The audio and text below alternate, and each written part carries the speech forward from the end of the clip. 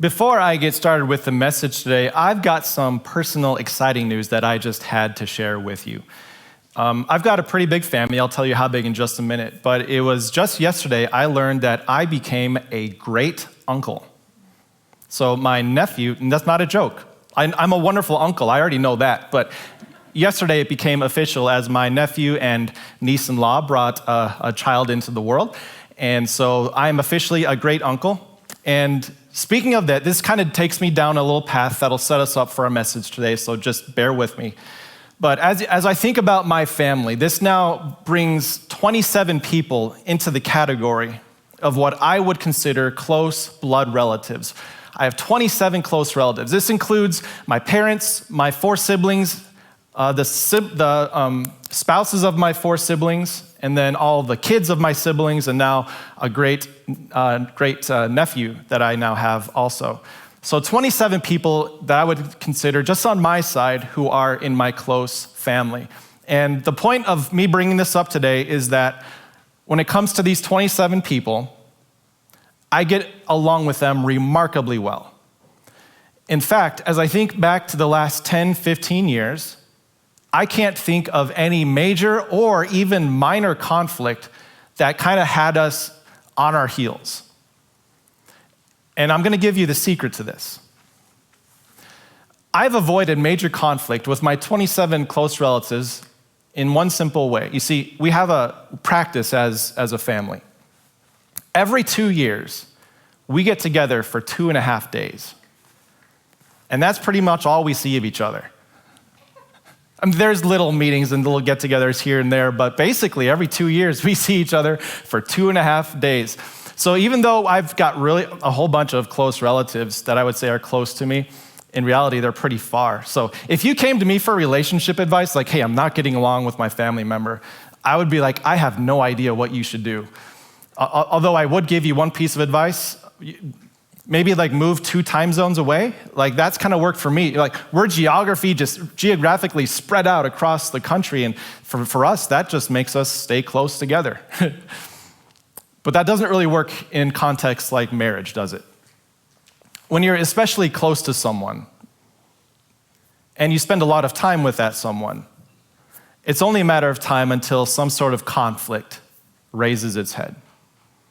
And in many cases, you can't just run away from it, and in most cases, you should not just run away from it. So this is gonna get kind of serious, so I thought, let's just have a little bit of fun, because I think we've all had those family gatherings where at first everything was fine, but then it started to get awkward, and maybe there was even a conflict, and there perhaps was a moment where someone finally just spoke what was on their mind. I mean, they were bottling it up, but then it just got to a point where they just exploded in front of the whole family, and they just shouted out what was wrong, and it got ugly. So do you guys want to do that today real quick?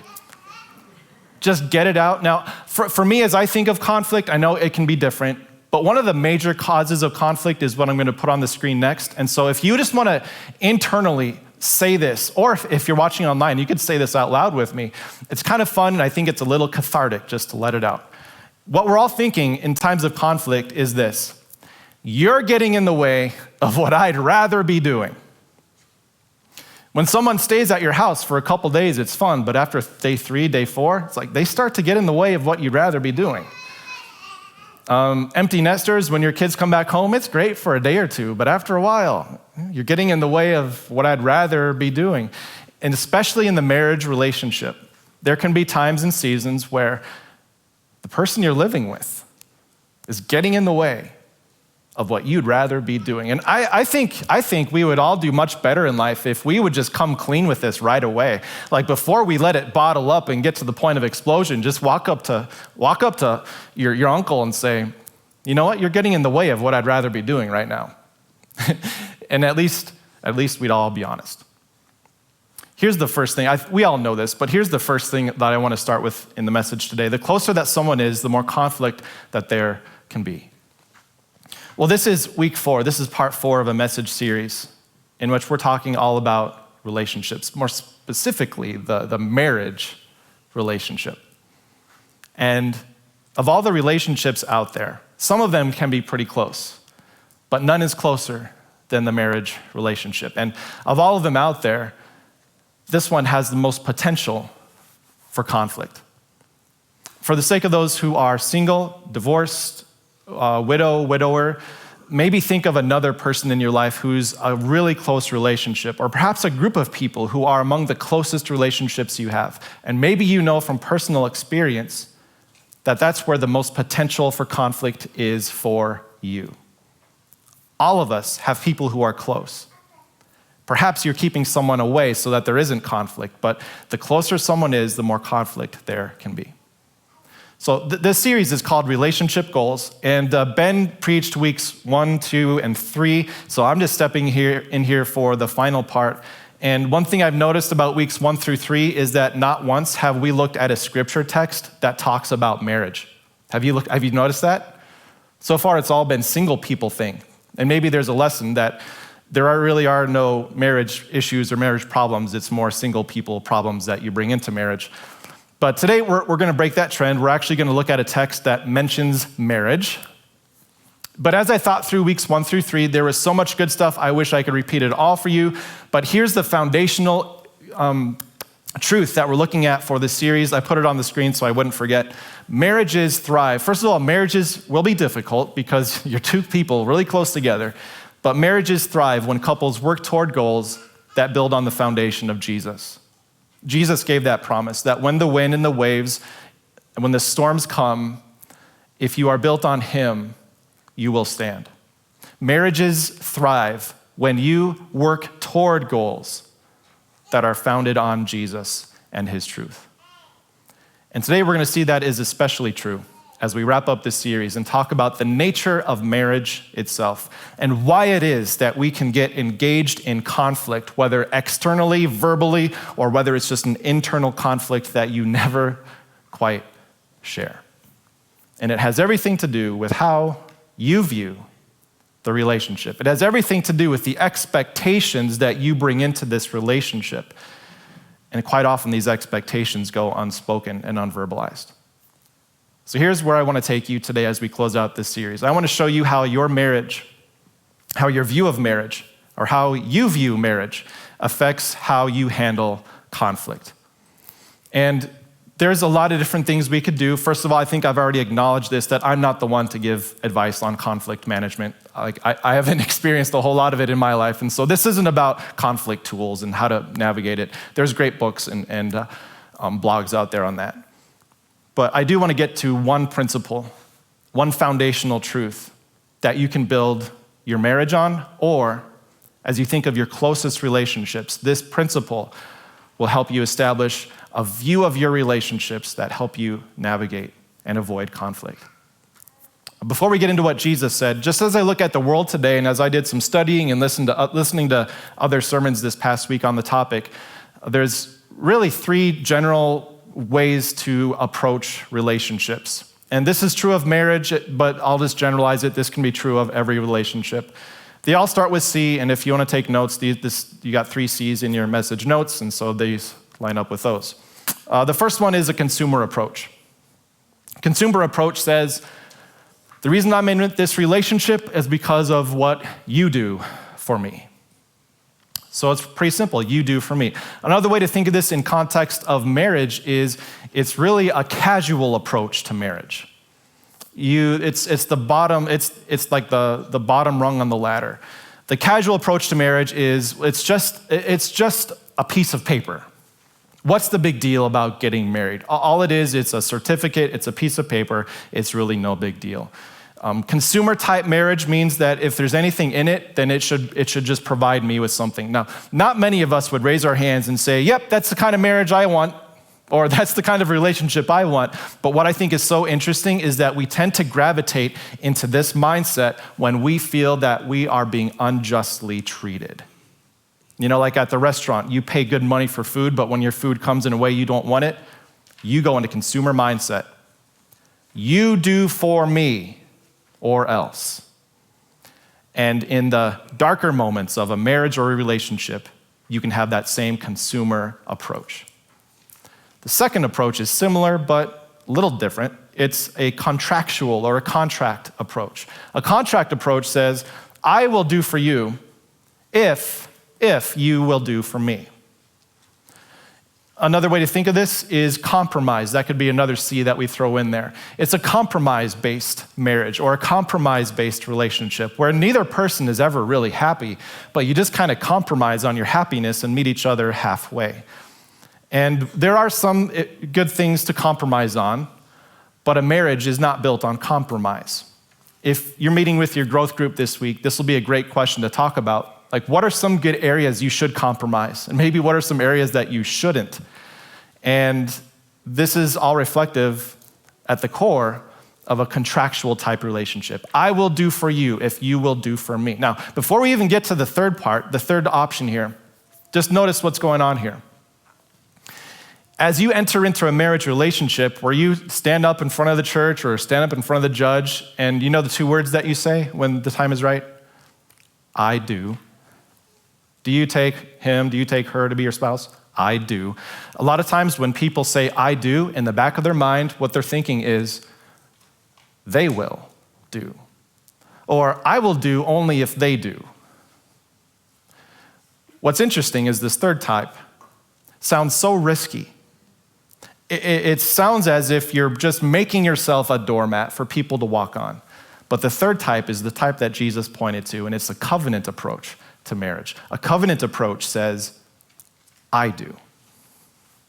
I will do this, regardless of the response. I will do this, no strings attached. I will love you. I will cherish you in sickness, in health, for richer, for poorer. I do. It's a one-sided agreement, which sounds so risky. Well, what if they never comes into mind? What if they never comes into your mind? Because a covenant relationship is all about what you do. Now, most of you who grew up in church or are connected to North Cross for a while can probably say, okay, well, this is the end of the message because we know that, covenant is kind of the way to go. But what I want to do is dive into the tension a little bit more, because one day Jesus was actually confronted by some people who pointed to these three options in a way and said, Jesus, if marriage is supposed to be this, then why does God allow for these two approaches? Or as we're going to see, the word that's going to come up in our text is the word divorce. If God is all about a covenant marriage, then why does God allow divorce? And we're going to see the context in just a minute, but here's my disclaimer for the message today. Divorce is its own topic that deserves its own message because there's so many different facets to it. And as I open up this text to you, it's going to talk about divorce, but we're not going to dive into that part of the text specifically today. I recognize and I appreciate that there are people tuning in, people who are connected to our church family, who are members of the family that have gone through divorce for various reasons. And each case deserves its own attention and love and guidance. But for our message today, we can't do justice to that topic. But what we're going to do is look at the alternative, the covenant approach to marriage, the I do, the one-sided approach. And the way this comes up before Jesus is because of an ancient law code that some people brought up to him. And this is so out of context for us, but it's so important for us as we understand what happens in Matthew chapter 19 to understand the law code that was being presented to Jesus on the day an important question was being asked. How does Jesus view marriage? And what does a covenant relationship mean? All begins back in the 1400s BC. There was an Israelite law code. Remember this, the Israelite nation was a theocracy. God established their laws through Moses. And there's an Israelite law code where God basically taught a nation how to get along together. Some of this law code was spiritual in nature, like how to offer sacrifices and what is right and what is wrong. Some of the law code was more civic in nature, how to deal with each other in a society. But there was one law code in specific that governed the topic of marriage. And it was 4 verses out of Deuteronomy chapter 24 that got people arguing for centuries and centuries. So that 1400 years after this law code was given, there was still debate as to what this section meant about marriage. Here's what the text originally said. If a man, remember the first word, if a man marries a woman who becomes displeasing to him because he finds something indecent about her, and if he writes her a certificate of divorce, gives it to her, and sends her from his house, and then it goes, I didn't put the whole thing up there, but the next 3 verses basically say, if she goes off and marries another man who then divorces her or he dies, then the end result is this man is not allowed to marry her again. So if you're a guy, if you divorce your wife, if she marries someone else, you cannot marry her again. That's what the civil law code was saying back in Deuteronomy chapter 24. And what people argued for centuries were those 2 first words in the yellow there. Wait a minute. So if my wife is displeasing, if my wife is indecent, all I have to do is write up a certificate of divorce and give it to her and she's gone? And Jewish leaders argued these. In fact, even in Jesus' day, within the group of people we know as the Pharisees, there were 2 big schools of thought on this. The one school of thought took these really literally and said, this is basically permission from God that if you as a husband don't like your wife for whatever reason, you can just write up a certificate of divorce and get rid of her. So they viewed this as a license to get rid of your wife. Others had a more strict view. They said, no, that's not what was intended. What was intended is that under certain circumstances, extreme circumstances, if a man divorces his wife, he cannot marry her again. And so there was internal arguing over this, even in the first century. So Jesus' enemies did something to him that they often did. They brought to him a matter that they themselves couldn't figure out, and they brought it to Jesus to trap him with it, knowing that he couldn't really take a side on this because nobody knew what this text really meant and what the law code was designed to do. So here's what happened. In Matthew chapter 19, people bring this law code before Jesus and ask for his opinion on it. But in doing so, they allow Jesus to talk about the nature of marriage and what it truly means to have a covenant focus in it. Here's what happened. Some Pharisees came to Jesus to test him. They asked, according to our Jewish law, is it lawful? They didn't say, is it right or is it loving? They simply said, is it lawful? And that was part of the trick. Is it lawful for a man to divorce his wife for any and every reason? And what they knew is that Jesus, this is interesting even today, Jesus showed extraordinary care and love, and he elevated women more than anyone else in the first century. And so they were trapping him with this simple test. If he agrees that it is lawful, then he's obviously against women. But if he disagrees, if he says it's unlawful, then he's obviously against the law of Moses, and he is a false teacher. So they had him trapped. But Jesus, instead of giving a simple yes or no, he did what he often did. He showed them why the question wasn't accurate. He continues like this. He said, haven't you read, totally demeaning them because they were experts in the Bible, in the Old Testament. Haven't you read, he replied, that at the beginning, the Creator made them male and female. What you guys are referencing is Moses. He was 1,400 years ago. You're referencing the law code that Moses had to put into place. But haven't you read what happened before that? At the beginning, there was a greater principle, a greater foundation for marriage that you guys are completely missing. So he beats them. Instead of basing his response on the law code of Israel, he goes back to the beginning of the order of things and how God designed marriage to be. In the beginning, the Creator made them male and female. We were designed with a purpose, and the purpose was this. He made them male and female and said, for this reason, a man will leave his father and mother. In other words, this wasn't for Adam and Eve because they didn't have fathers or mothers. But going forward, for this reason, a man will leave his father and mother and be united to his wife, and the two will become one flesh. And a common question I get about this is, what does that mean? the two become one. Well, what are the options? Is it a sexual thing? Is it an emotional thing? Is it a spiritual thing? Is it a financial thing? The answer is yes. In every way imaginable, two people, more than any other human relationship, these two people in marriage become one.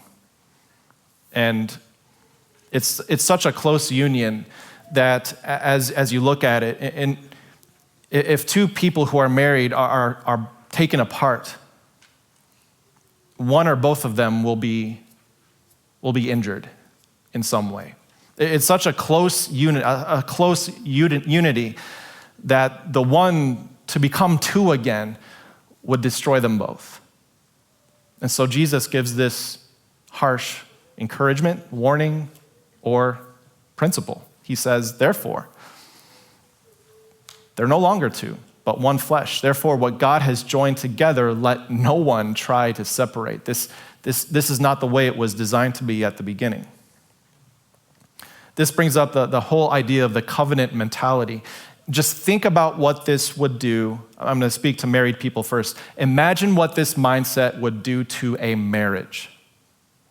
That when you enter into conflict, and it will happen, when you enter into conflict, you enter in with a mindset.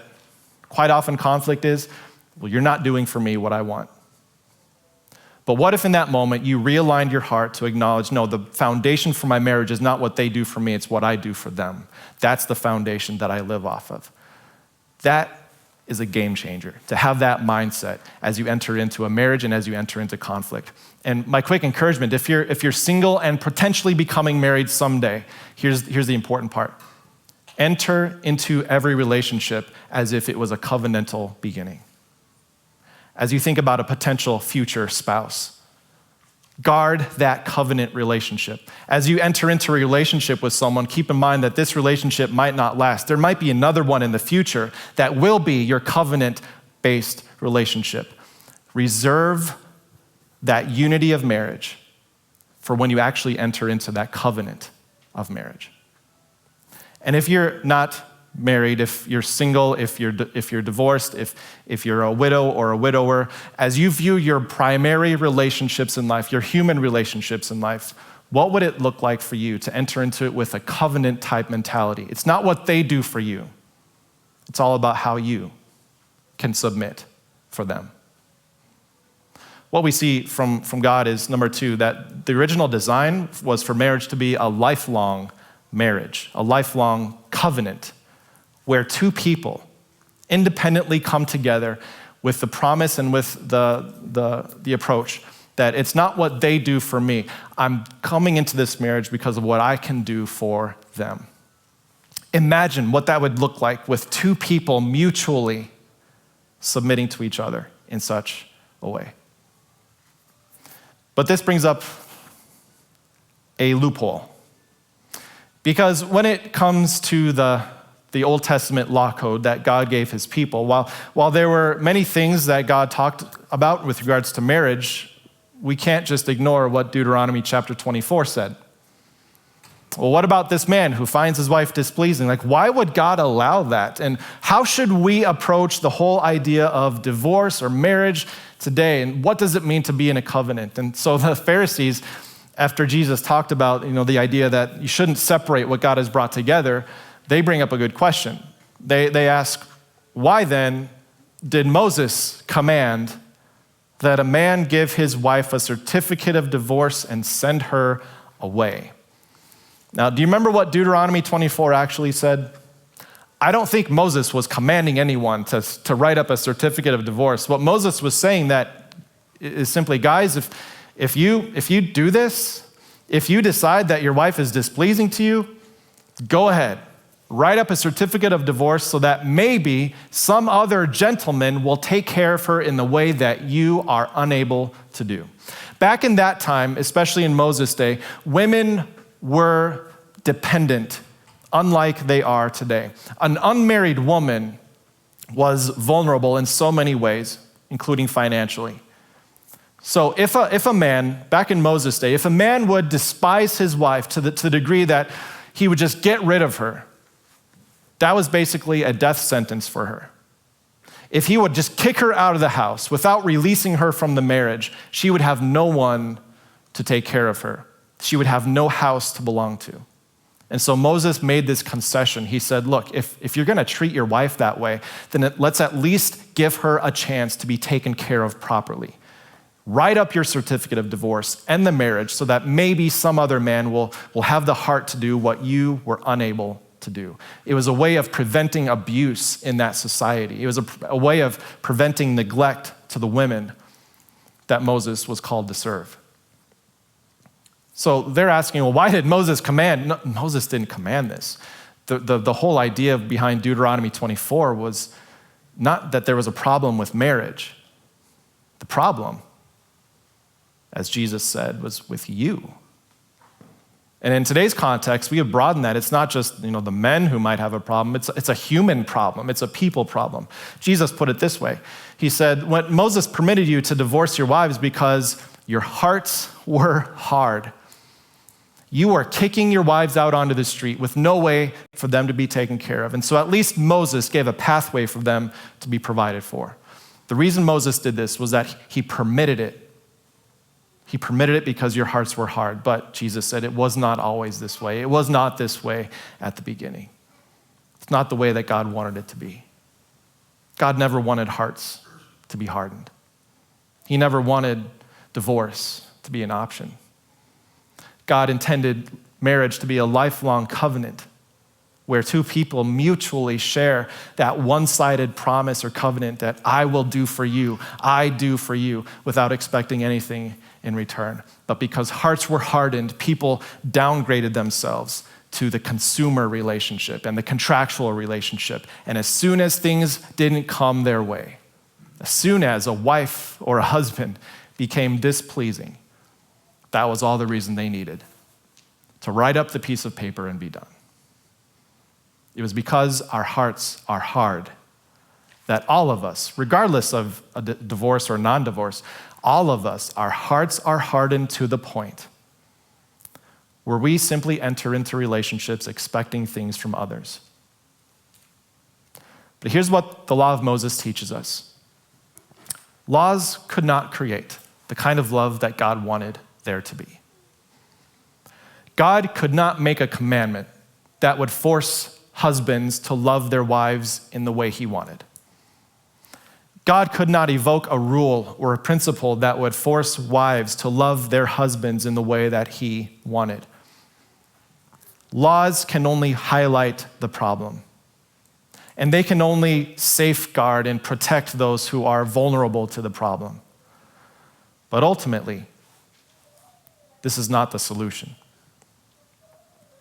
Ironically, as we look at a bigger picture between us and God, quite often we look at God, we naturally take a consumer or a contractual approach to God where we think in our hearts, God, why don't you do this for me?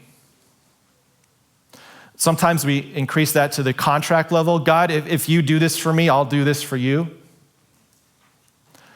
But when it comes to the way that we are by nature, our hearts hardened, there is nothing we can do. There is nothing we can offer. No contract, no deal we can sign that would make us good with God again. And so God, recognizing that the law could not do what it needed to do, he had a different plan. Here's a beautiful verse from the prophet Ezekiel. God promised, I will give them an undivided heart. I'll put a new spirit in them. I'll remove from them their heart of stone, give them a heart of flesh.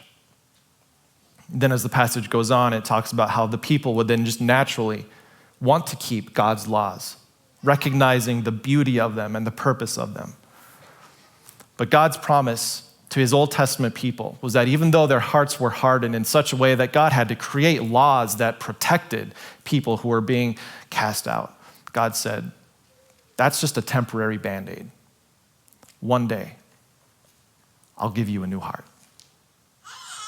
And one day, the Son of God came to establish, what did he come to establish? A new covenant in his blood.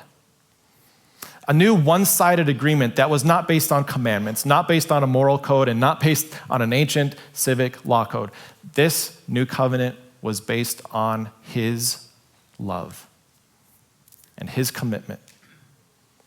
It was all about what he would do for you, even when you were dead in your transgressions and sins.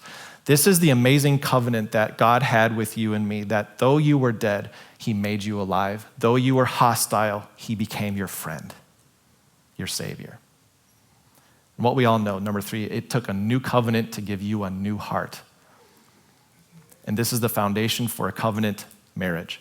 This is not about giving you rules and guidelines and principles for how to navigate conflict. This is about approaching marriage from the standpoint of a covenant, a one-sided agreement. And the only way that can work is if you recognize the covenant that God made for you. So we have to wrap things up here.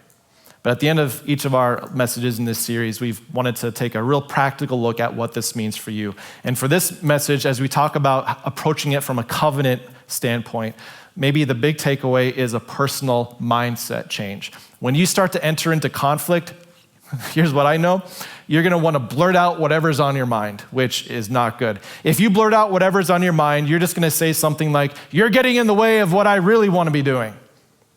And then you're gonna step back and say, well, that was pretty selfish. When you blurt out what's on your heart, what's on your mind, it can be pretty unfiltered. It can be pretty caustic to the relationship. So here's the application for today. As you think in terms of a covenant, what about this? What if we could freely share what's on our new heart? What's on our new mind? The mind and the heart that God has transformed through his covenant relationship with us. What if you had freedom in the moment of a conflict to be able to speak freely your failures, knowing that they've been forgiven in Christ? What if you had in the moment of conflict this new heart that was ready to hear and extend forgiveness to others? It's one thing to just speak from your heart. Communication is part of handling conflict, but when you communicate from a new heart, the heart that God gave you, it gives you a foundation where it is not going to be vulnerable. You have a resilient heart that is guarded by Christ in heaven. Maybe as you try this out, there's gonna be a blending of the two. Your old heart will wanna say, you're just getting in my way, and there'll be some frustration, but then let your new heart step in and say, you know what I just said was really selfish, and I acknowledge that, I'm sorry. Let your new heart speak. And let that heart be continually transformed by the covenant love that God has for you. So what we hope you found in this series, married or not, is that you found some wisdom from God about how to approach relationships. And what I believe is that as you enter into conflict, and it will happen, that as you have a covenant mentality about what you do for them because of what God did for you, it will give you a firm foundation to handle the wind, the waves, and all the issues that come up as a result of conflict in your life. And I hope you can come back next week. We're gonna start a new series we're setting aside the topics for a while. We're just gonna dig into the life of Jesus and look at some amazing things that he did. So I hope you can join us next week as we launch that brand new message. But for today, let's close with a prayer. Dear Father in heaven, I know that relationships can be so complicated, and marriage in particular. When two people come together in such a close way, in every way, it's only a matter of time until our sinful hearts get in the way of the love that we want to share. Our sinfulness wants to continue to argue and say, well, I can't do what I'd rather be doing, but I pray that you would give us a clear view of the reality that our life isn't about what we do. It's better gauged by who we get to love. So for the marriages in this room, for the marriages online, I pray that you would give us a better perspective of that primary human relationship that we get to invest in this life. Let your love for us simply flow through us to them. And I pray that is true in all the relationships in our life, that we would have a covenant approach, loving them in a way that only you could demonstrate to us, and submitting to one another out of reverence for Christ. So I pray your blessing on all of us. I pray your blessing on marriages. Though they are hard, they are so worth it. And this is the unique place where we get to show our love for you. So bless and keep us in Jesus' name. Amen.